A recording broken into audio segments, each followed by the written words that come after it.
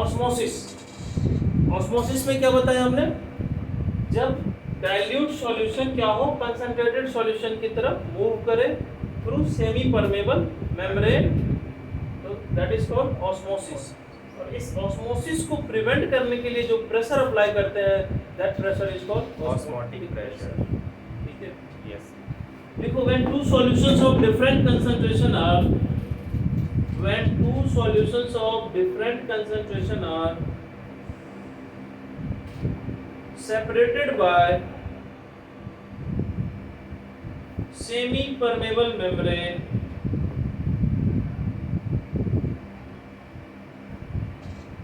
then solvent molecules move from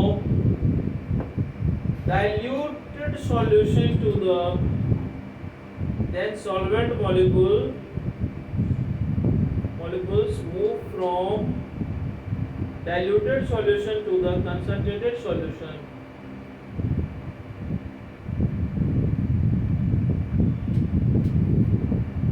This movement of solvent molecule through semi-permeable membrane is called osmosis. Is called osmosis. Next heading to osmotic pressure.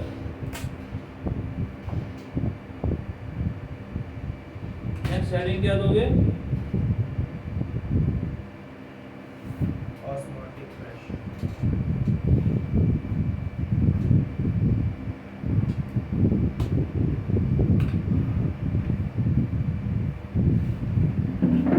Osmosis हो गया। Yes sir. अब heading दो osmotic pressure.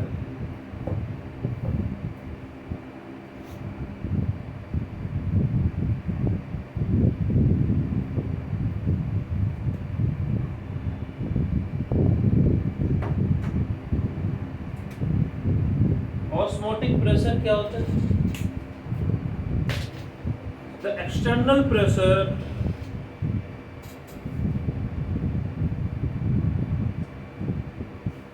which must be applied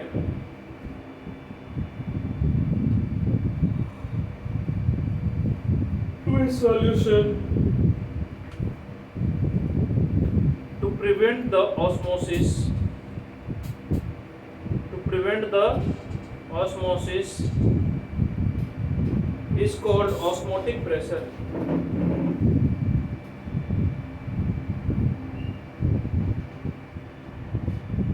क्या बोलेंगे इसको, osmotic pressure. Osmotic pressure depends on, किस पे depend करेगा,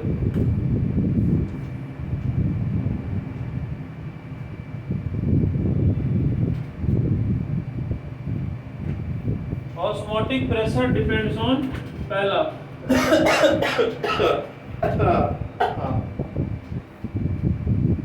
concentration of solution,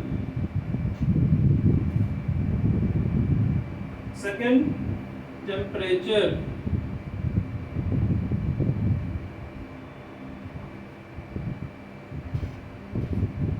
concentration of solution and temperature, ठीक है। concentration of solution and temperature, इस पे क्या डिपेंड करेगा, osmotic pressure.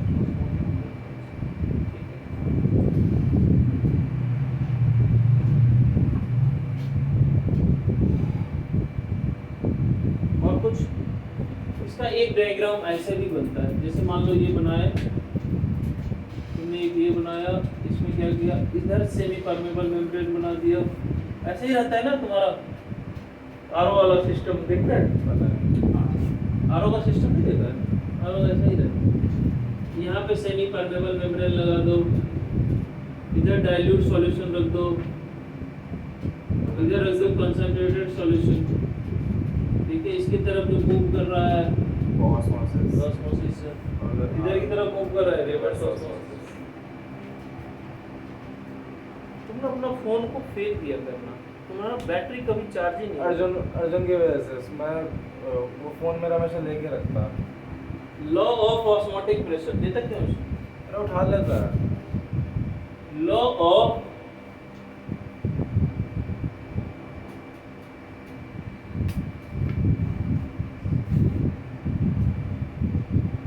Osmotic pressure, law of osmotic pressure,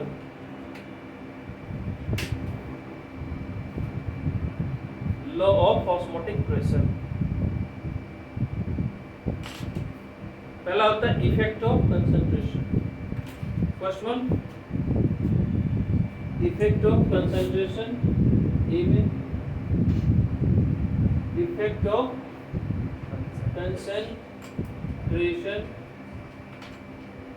B में होता है इफेक्ट ऑफ टेम्परेचर,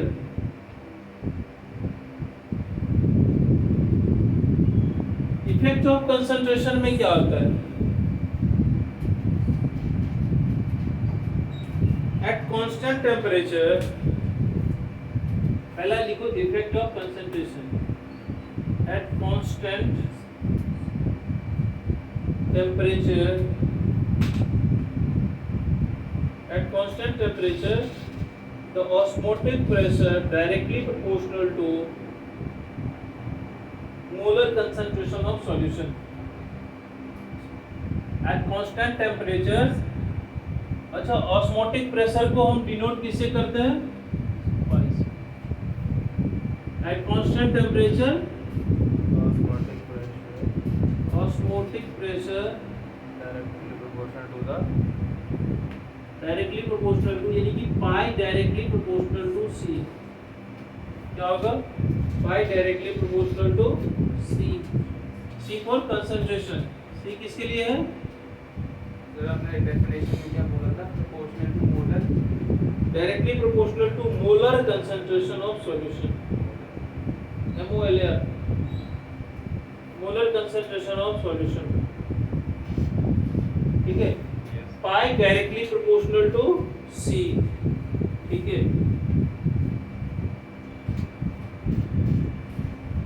तो कंसंट्रेशन क्या होता है? Number of moles upon volume.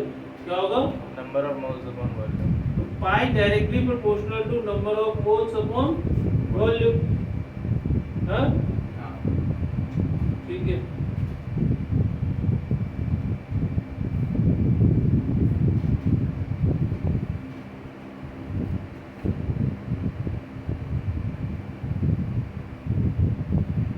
समझ गया?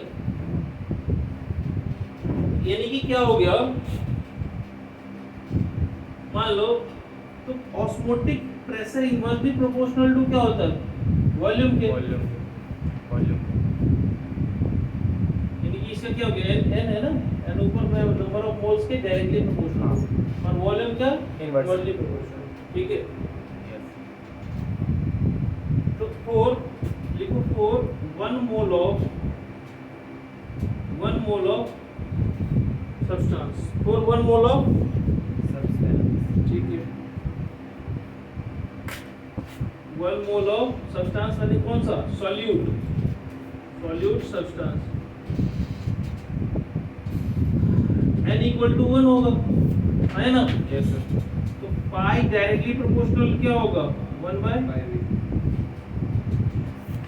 पाई डायरेक्टली प्रोपोर्शनल क्या होगा? 1/v। तो ऑस्मोटिक प्रेशर ऑफ सॉल्यूशन, बारिश हो रही है, बारिश हो रही है, इसलिए ये हो रहा था अंदर।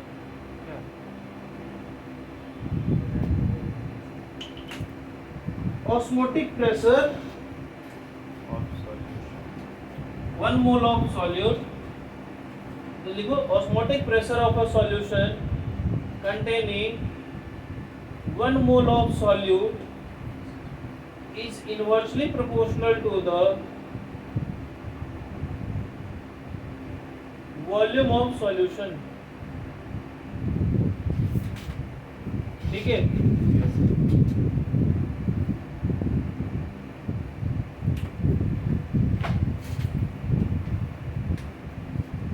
इसको मिटाऊं? बेटा अब देखो मान लो सपोज यार ये सपोज हमारे पास वन मोर यूरिया सॉल्यूशन है। क्या है? Urea solution. One more urea solution और वन मोर ग्लूकोज सॉल्यूशन है, ठीक है, और वन मोर, ठीक है, इथाइलिन ग्लाइकोल है। वन मोर इथाइलिन ग्लाइकोल है, ठीक है। इसका वॉल्यूम V1 V2 V3 है। इसका ऑस्मोटिक क्या होगा? phi1 phi2 और phi3। Let V1 greater than V2 greater than V3, ठीक है। देन क्या होगा? phi3 greater than phi2 greater than phi1। समझ में आया? Yes sir. क्यों होगा? रीजन मैंने बता दिया। इनवर्सली प्रोपोर्शनल है सर। जितना कम वॉल्यूम उतना जितना कम वॉल्यूम ऑस्मोटिक प्रेशर उतना ज्यादा होगा। ऑब्वियस सी बात है ना, देख लो।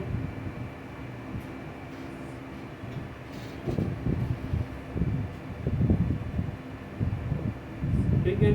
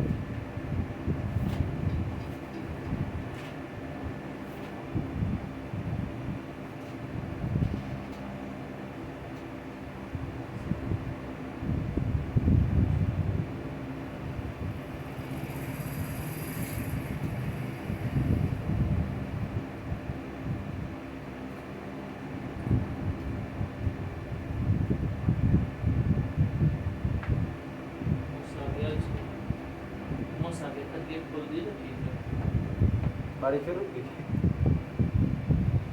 नेक्स्ट देखो, इफेक्ट ऑफ टेम्परेचर। दो इफेक्ट था ना, effect of temperature.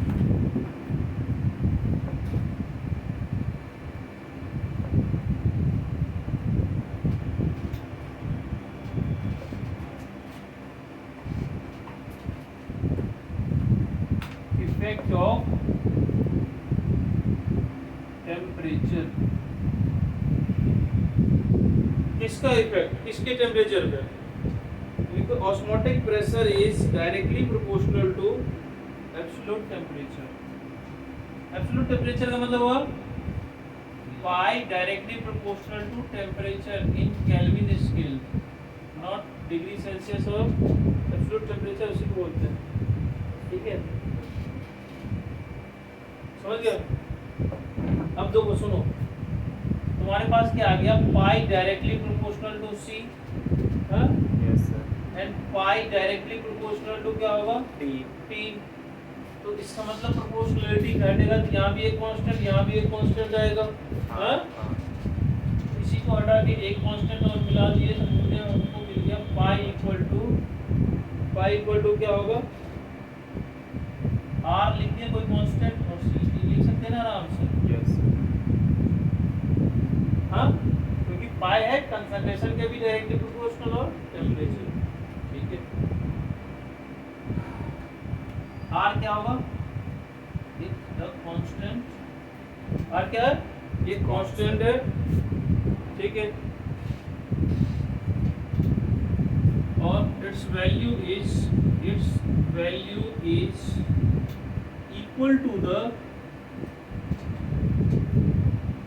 To the value of gas constant are,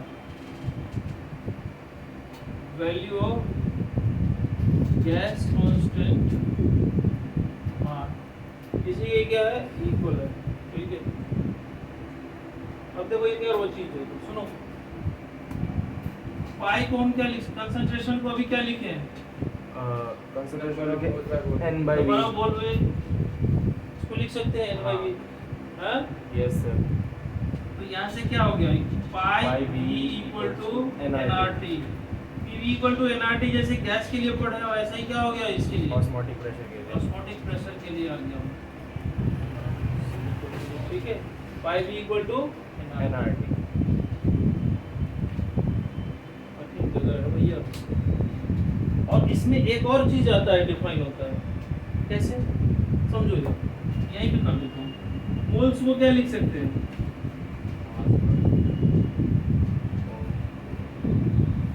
mass upon molar mass, yes sir. हाँ, यस। ठीक है,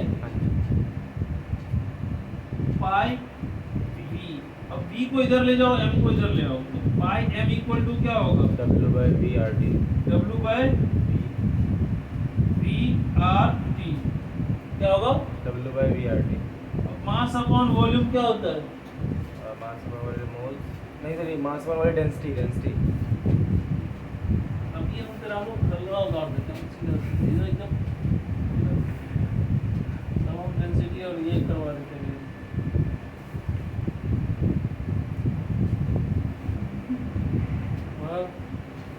पाई m इक्वल टू क्या होगा, डेंसिटी RT।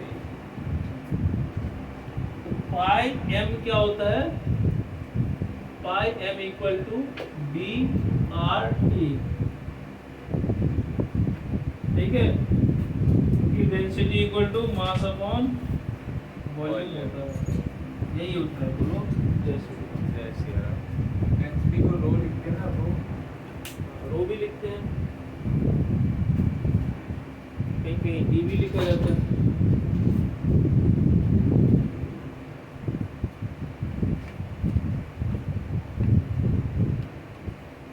फिर से कह रहा हूँ, वन टॉप इक्वेशन पढ़ने के बाद इस पे क्वेश्चन अच्छा आएगा, ठीक है, यस। क्योंकि उसी से रिलेटेड, पहले वन टॉप इक्वेशन पढ़ लेंगे तब हम इसको देखेंगे,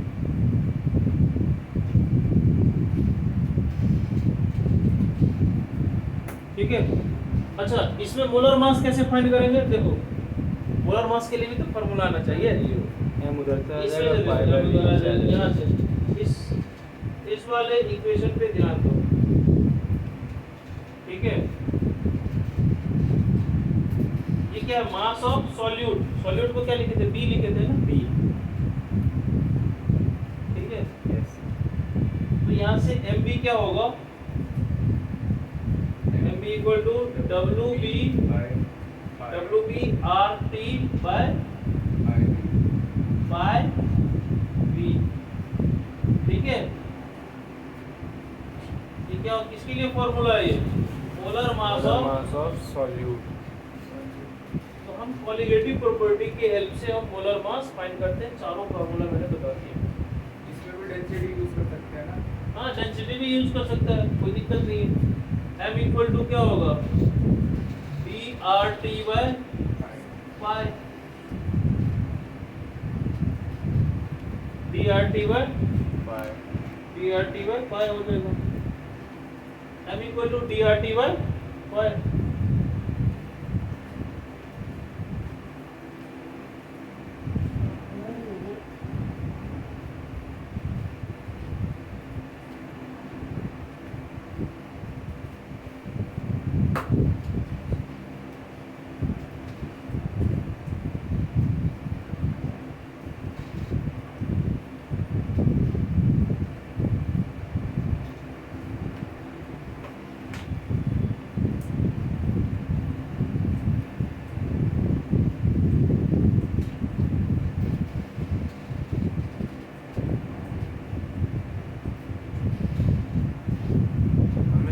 आर की वैल्यू क्वेश्चन में गिवन होगा। आर की वैल्यू क्वेश्चन में गिवन होगी।